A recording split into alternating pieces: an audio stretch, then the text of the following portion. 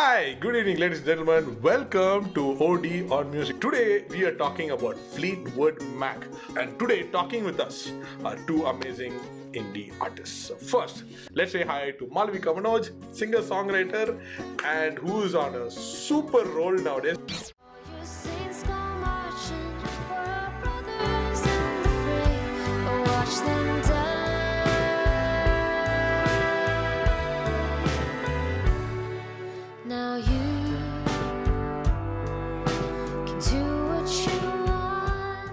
How are you doing, Mali?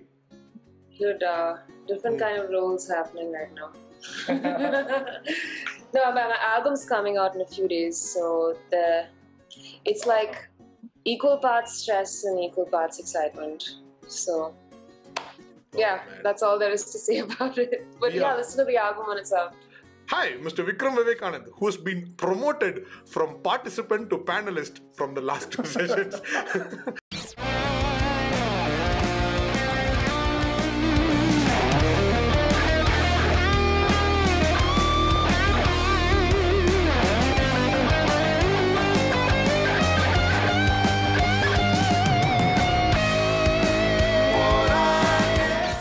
Hi Vikram, who's, if you had seen the poster, we had to make the font slower for everybody because of the number of bands we had to fit in for Vikram Vivekanand, or else it's usually in like big font.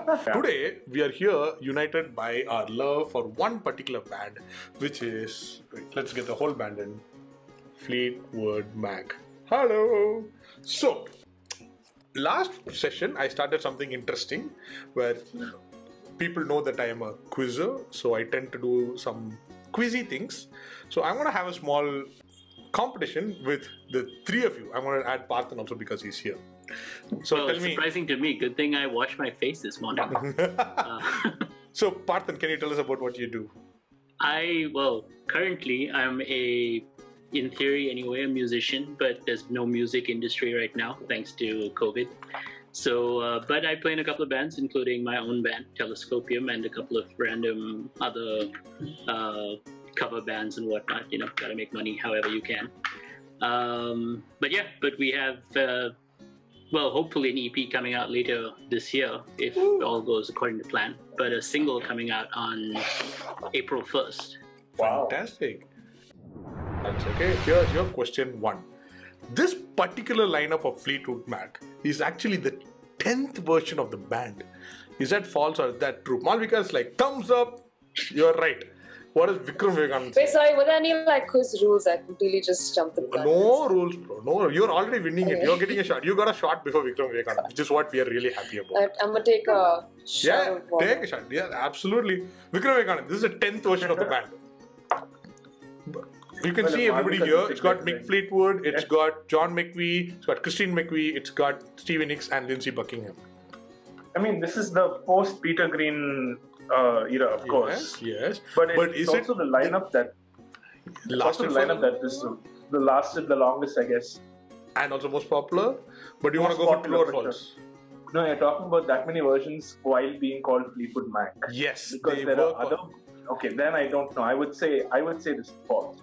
Excellent. We have two differing opinions, which makes it good because Malvika wins. Yay! Okay, let's look at the lineup. That's the band Fleetwood Mac. Okay. Wow. Okay, they had so many different versions. Okay, and yeah, everybody knows these guys, but they had a lot of different people for quite a long amount of time. Yeah. Wow. Okay, question two. What is hanging below, I hope there are no young people in this audience, what is hanging below Mick Fleetwood on the cover of Rumors? Is it A, shakers, B, toilet chains, or C, some toys? Mr. Telescopium,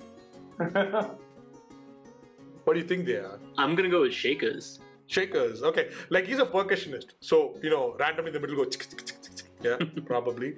Vikram Vivekanand, what do you think? I'm looking for a bigger image of the... Hey, that's cheating. You're literally Googling. What is this nonsense? I'm looking for an image. Okay, let's see. Let's see if it is Shakers. Is it Shakers? He's a percussionist. I think they are Shakers. No. It's not. not. Toilet chains. Okay, it's not toys. It's actually They are toilet chains. What? Let's have By the way, Vikram, didn't you want a closer look? Okay, let's give. I did. Vikram No. Yeah, I'll give you a closer look. I'll give you a closer look. There they are, and that's Mr. Tyler of Aerosmith holding his toilet chain. So the concept is he stole it just before the gig from an old toilet which is there in London, and he thought it was a good luck charm, and he hung it below himself. And he still he used to play wearing it all the time till it got stolen. Sometime in the 1990s, I think. So then he got a new one. Okay, next question. Okay, so this is one of the founding members of Fleetwood Mac called Jeremy Spencer. Okay, he was literally one of the first guitarists. Dude, I think he totally joined a sex cult. Totally think he joined. Question Let me finish the question. Kidnapped by fans sounds fun. Yeah, but so he went to buy a newspaper just before show. Like basically they had a show and he's like, bro, 2 minutes, I'll go buy the Hindu and come or something like that. Okay. And then he disappeared. He just disappeared. So the question is, what happened to him?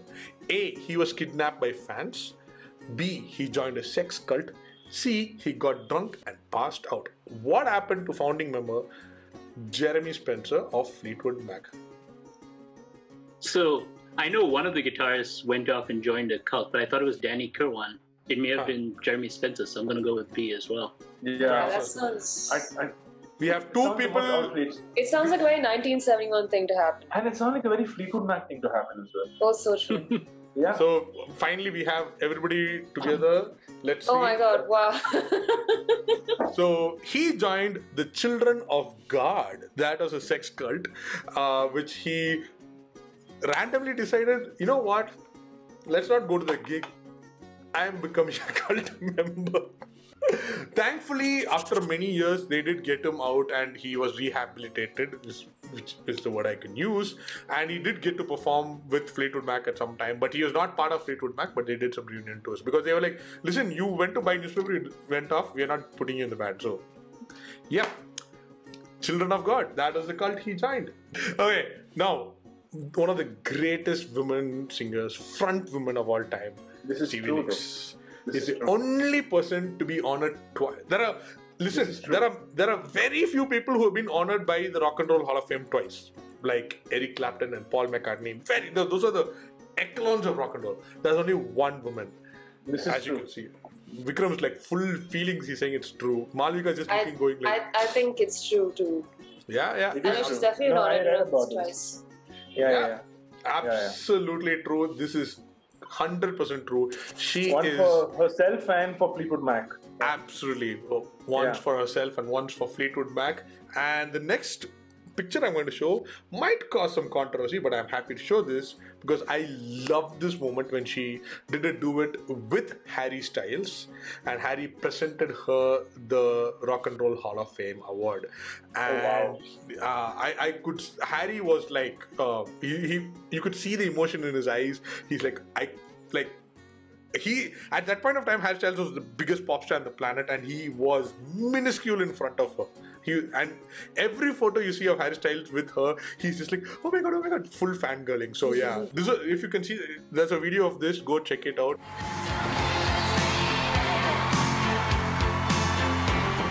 It is fantastic. Also goes to show her immense presence that after all these years, she's not only holding her own in front of Harry Styles, but just killing it. By the way, for those who might not know, for like example, Parthan, Harry Styles is a singer from a band called One Direction.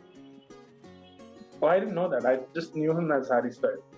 Yeah, he's a guy who keeps talking about strawberries and watermelon sugar for some time. That was last year's biggest hit or something, huh? Watermelon sugar, hi. Yes, that is him. Okay, let's go to the last question. Match the following, something new. Match the member to the profession before they made it big with Fleetwood Mac. Okay, so before we go into this, the thing about indie artists is that not all of them became famous or able to supplement their income with their choice of profession. That's music. So they had to do something before that. Now all four of them here, Mick Fleetwood, John McVie, Christine McVie, and Stevie Nicks had different professions. So you have to tell me who did what. Let's go with Mali first. Mali, who do you think did what? Wow, okay. Was Christine McVie I want to say a window dresser? Okay. That's true. But is John McVie, I feel, could be a tax inspector? Okay. Is Mick Fleetwood a window cleaner? Because he's really tall, he can reach the windows. Okay. I don't know. And Stevie Nicks is an English teacher? Listen, Malvika, I don't know. the reason I asked you first was that the other people will have a chance. Oh, was that actually? There's one for one person, one answer. You got all four perfectly right. Yeah. Serious? Holy shit, I wanna Perfectly right. You got it all perfectly right. completely winged it. Damn. Christine no McVie idea. was a window dresser in a mall. John McVie was a tax inspector. And Mick Fleetwood, because you're so Okay. tall, he was a window cleaner. This has literally never happened. I've never gotten so many things right. Now, let's talk about the band Fleetwood Mac. Okay, so let's go with Mali first. Mali, singer-songwriter. You know how difficult it is to write a song, how difficult it is to write a song when you're in a band. Okay, because I know you've been in bands as well, where you've written songs. So, can you tell us what you think sets Fleetwood Mac apart? The drama, dude. Oh my god. I mean, I've gotten to Fleetwood Mac actually pretty late in life. I think only when I was in my late teens. And then I stumbled upon a documentary which told me all about them, from their early days to Sound City and everything. And that's how I kind of got a crash course in a span of a few hours on the band. And then I started relating to them in a huge way because they write from what they've gone through personally. And I guess it's the same for a lot of artists, but I felt a connection with that because I felt myself in similar positions and times and I write about your personal life and then having been involved with a band member before and stuff like that. You kind of relate to the feeling of what that must be like. So yeah, Fleetwood Mac is really, I think, probably the most influential band in my life. I love the fact that it was a documentary that put you onto them. It's a documentary. Now let's ask Vikram Vivekanand. Vikram, how did you discover Fleetwood Mac? First introduction to Fleetwood Mac as such was Stevie Nicks' Edge of 17. Oh, yeah, interesting. School of Rock. I heard Edge of 17 for the first time. I love this song. Really? Yes. Stevie Nicks. Yeah. Stevie. Okay, and I figured out it was Stevie Nicks, and I'm like, oh, okay, I know she sang for Fleetwood Mac. I'd heard of the band called Fleetwood Mac at that point. And I think I knew, what's that famous song? You Can Go Your Own Way, yeah. We knew, I think everyone knew that song. That and Don't Stop. I think everyone knew those two songs. And I'm like, okay, cool, let's, dive into this a little bit more. I think this was, School of Rock happened, God knows when. 2003, 4? Easily, yeah. But then it wasn't, I really got into the band only after college and once I started listening to a lot of stuff. I'm talking as late as 2015 almost. Also as a session player, I kind of started looking at who played on what song, right? Apart from just the main artists themselves, and I came across this guy called Waddy Wachtel. He was part of the LA Wrecking Crew, which was just a whole bunch of session artists who played for so many singer-songwriters, and Stevie Nicks was one of them. And Waddy Wachtel is the guy you hear on the intro to Edge of 17. That reminds me. Okay, yeah. This is a true fact. The story goes that Stevie Nicks met Tom Petty. And at that time, Tom Petty was dating, or at least I think at the time he was engaged to Jane, who was his southern belle. And so Stevie Nicks goes to Jane and asks, so when did you both meet? And she, in a very thick southern accent, says, at the age of 17. Or at the age of 17. And Stevie heard it as at the age of 17.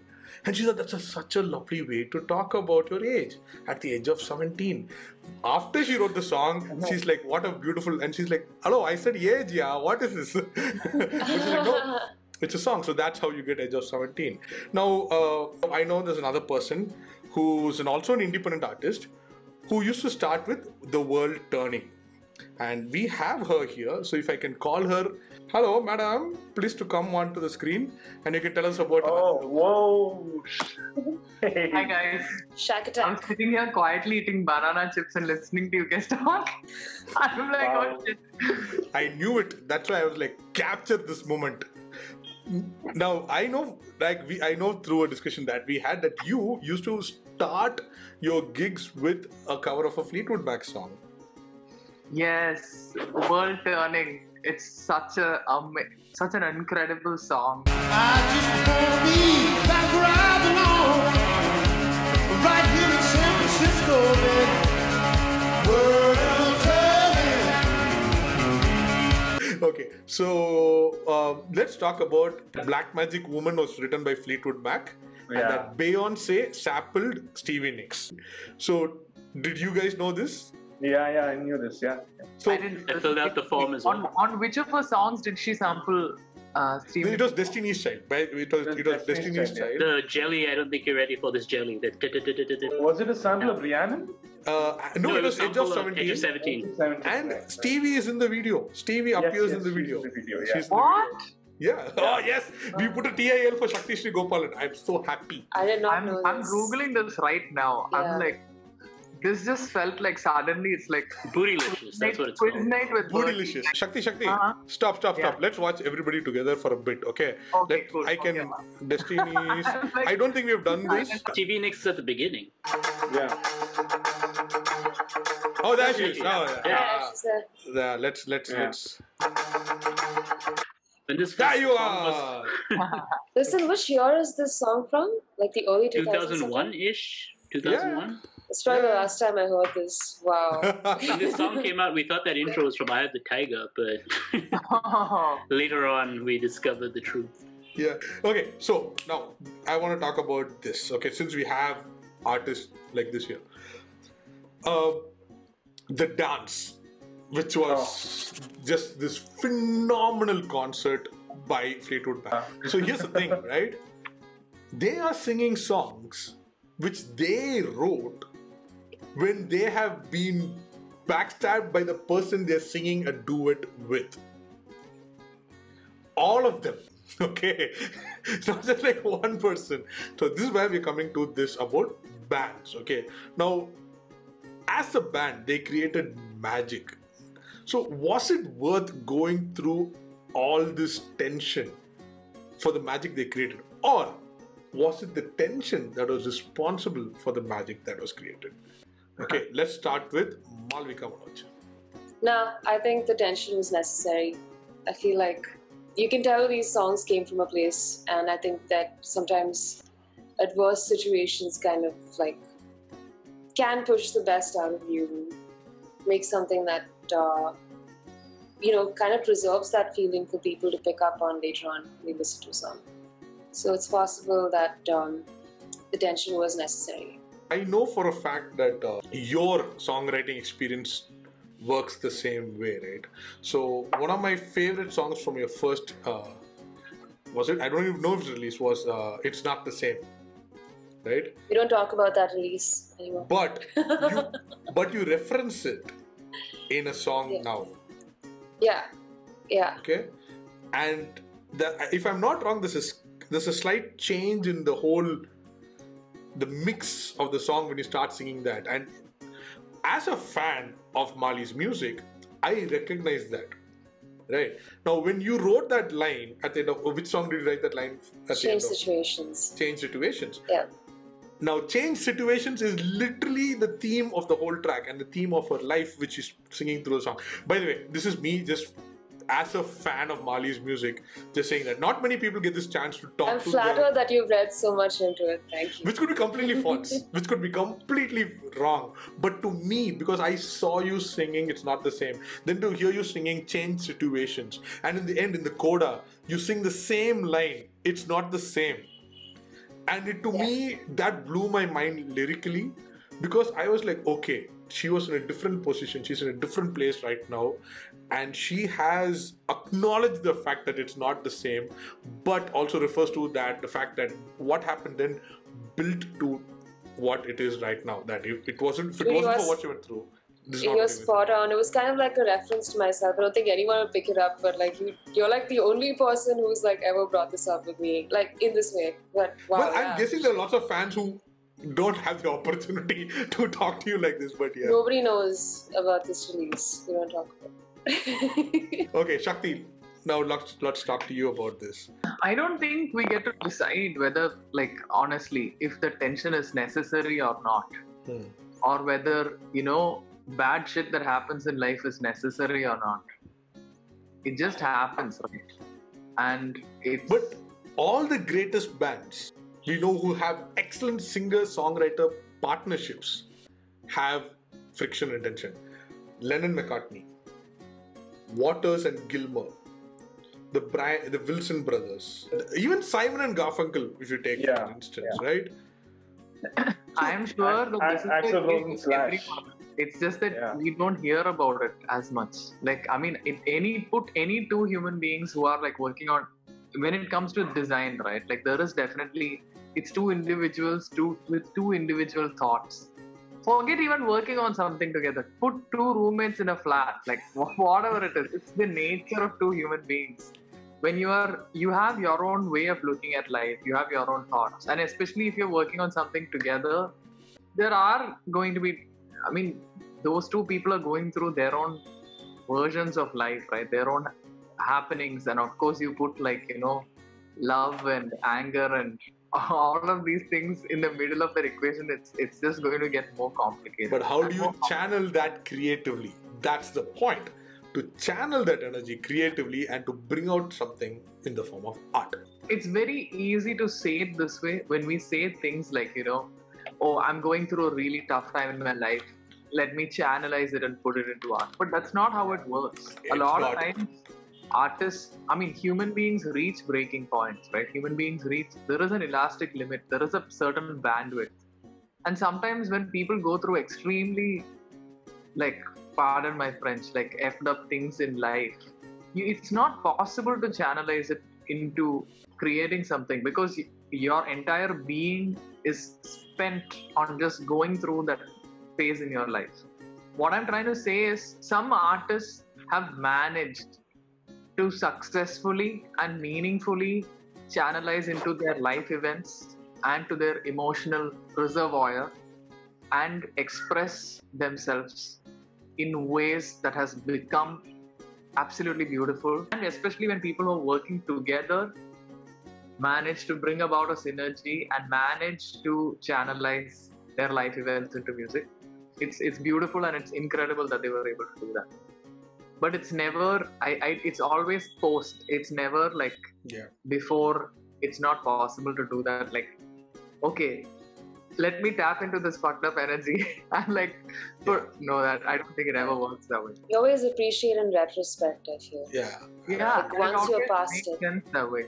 I think Shakthishree, hit the nail on the head. You don't, most artists don't need that friction to write great songs. But I think I just want to add to that in Fleetwood Mac's situation, I think it actually did help them, even though normally they wouldn't need it, because some of that emotion, I definitely think that the performances are affected by their feelings about people. There's a wealth of lyrical content, but maybe they did or did not need the friction to write those songs. But I think, when you're watching the dance, or you're watching any of their, immediately post Rumours live performances, and you see, Stevie Nicks staring daggers at Lindsey Buckingham the entire show, and you can cut the sexual tension with a knife. I'll follow you down till the sound of my voice will haunt you. Words are just a fool. I think that she feeds off of that for the performance itself. And I think, I think in that extent that that's part of what made Rumours a great album. Even if they were great artists, they probably didn't need it to be a great album. That's what I'm trying to say. You can never control that. You can't. So if these specific events hadn't happened, I am sure that these artists would have felt this intensely about other shit that's going on in their life, and they would have still written about it. The reason why I'm saying this, because there is this whole image of, how artists need to get fucked up to like write. That is the reason, that narrative is the reason why I'm choosing to speak about this differently. Because it's not that if they did not need this to happen, they would have still written great songs. Like, obviously, they definitely chose to write about it. Like, it is, at the end of the day, an outlet, right? Like, what Joni Mitchell was writing about, like, giving her baby away in, like, so many songs. Nobody even knew about it. Nobody even realized she was talking about the fact that she gave away her baby. Everyone thought she was talking about her ex-boyfriend or her ex-lover. Yeah. She did it because that was the only way she was able to communicate with her baby who was somewhere in the world. She doesn't even know if her kid will ever even hear what she's saying. But to look at it as a necessity puts it in a very weird light, in the sense I feel, especially a lot of kids, especially when they look at the idea of a rock star becomes, oh, you have to get really fucked up in life, then only you can create like... And you have to do drugs and drink and whatnot. Yeah, so that's why I'm like choosing to not speak about it. Did they need it? Was it a necessity? No, it happened. It was completely out of their control. What was in their control was what they did, and they did it well. Okay, now we're almost close to the end, and we've been all talking about the different things that we like about Fleetwood Mac. For example, I was listening to Peacemaker just now. Such a beautiful song, lovely hook. It just goes. I don't know how to to explain this, but it's got this lingering melody in it, right? And that sort of music composition is what Fleetwood Mac, for me, sets them apart. I remember going through rumors, even the greatest hits, that green album with a small logo on it, that is just, I could run on loop the entire night and I would be like, wow. So that's my Fleetwood Mac thing, the musical composition and the hook. So can we go through other people and what they like about, let's start with Parthan. The harmonies, man. I mean, all my favorite bands, well, most of my favorite bands are heavily on the harmonies, Alice in Chains, King's X, whoever. And that's the main thing. I mean, I love the way that their voices combine.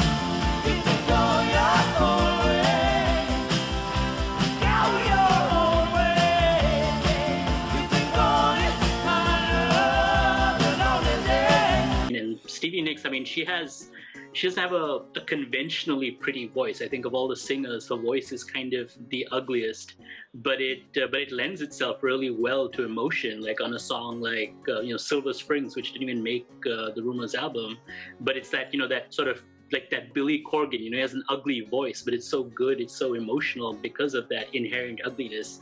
That and when it combines with like the prettier voices of Buckingham and McVie, like I think it's a beautiful effect of having all three of these voices. Vikram, what would you like to add? Oh man, I mean, I think everyone's going to talk about the harmonies, but I will talk about Lindsey Buckingsham's guitar technique.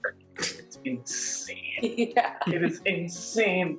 Like I can't figure out some of the stuff that he can do with his right hand.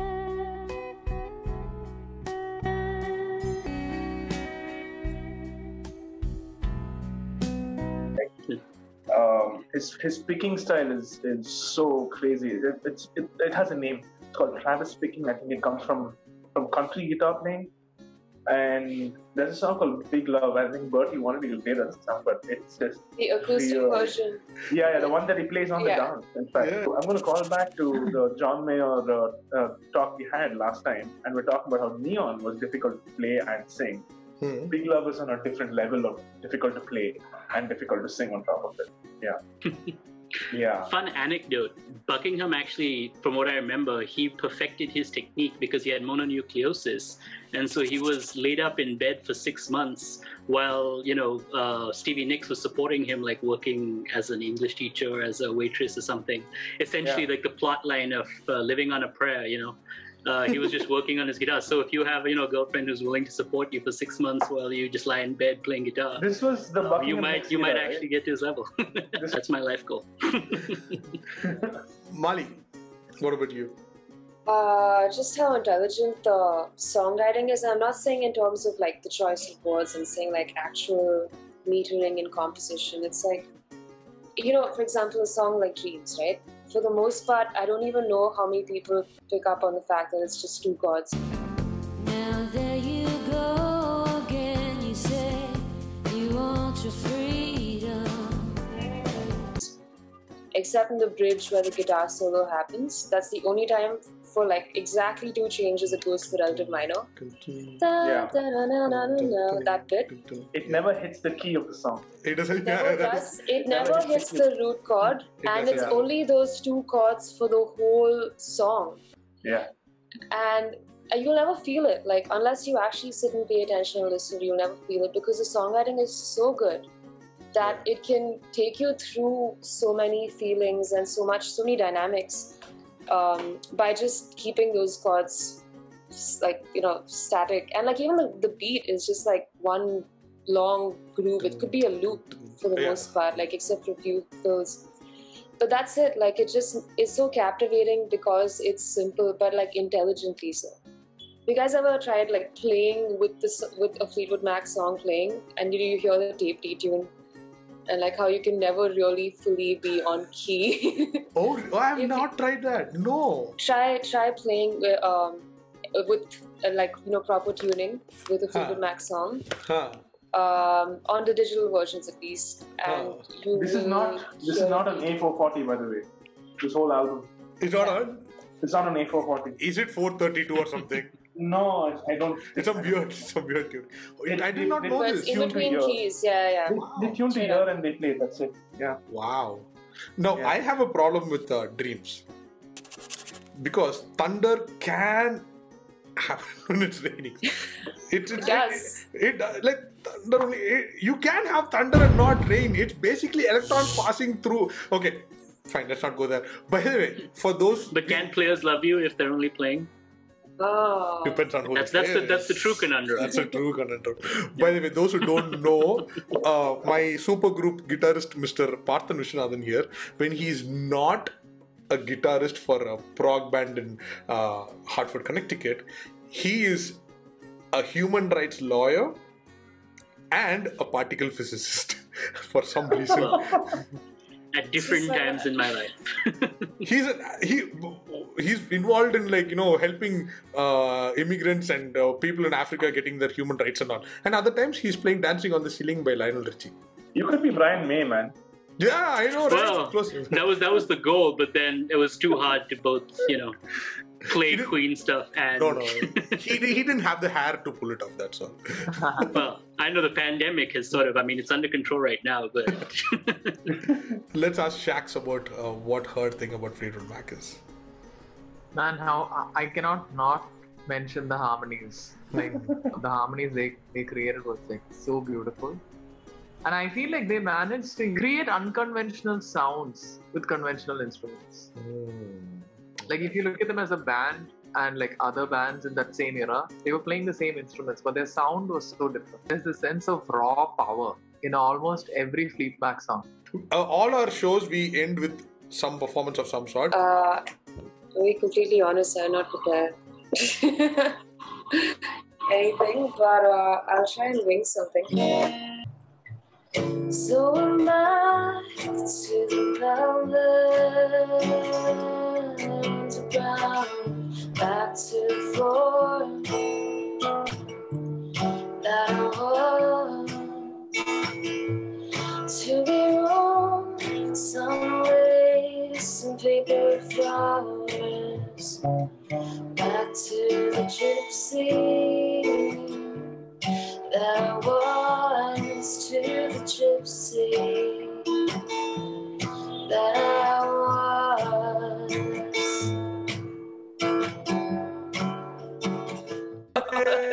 Well done. So, ladies and gentlemen, thank you so much for a lovely, lovely Sunday evening. As always, it's been an absolute pleasure. Malvika Manoj, thank you so much. Vikram Vivekanand, thank you so much. Shakti, super surprise, thank you so much. Parthan, you please have a lovely day. Parth, go have your breakfast and have a lovely day. And everybody else in India, you have a lovely evening. This is me, Berty Ashley, saying good evening, good night, and bye.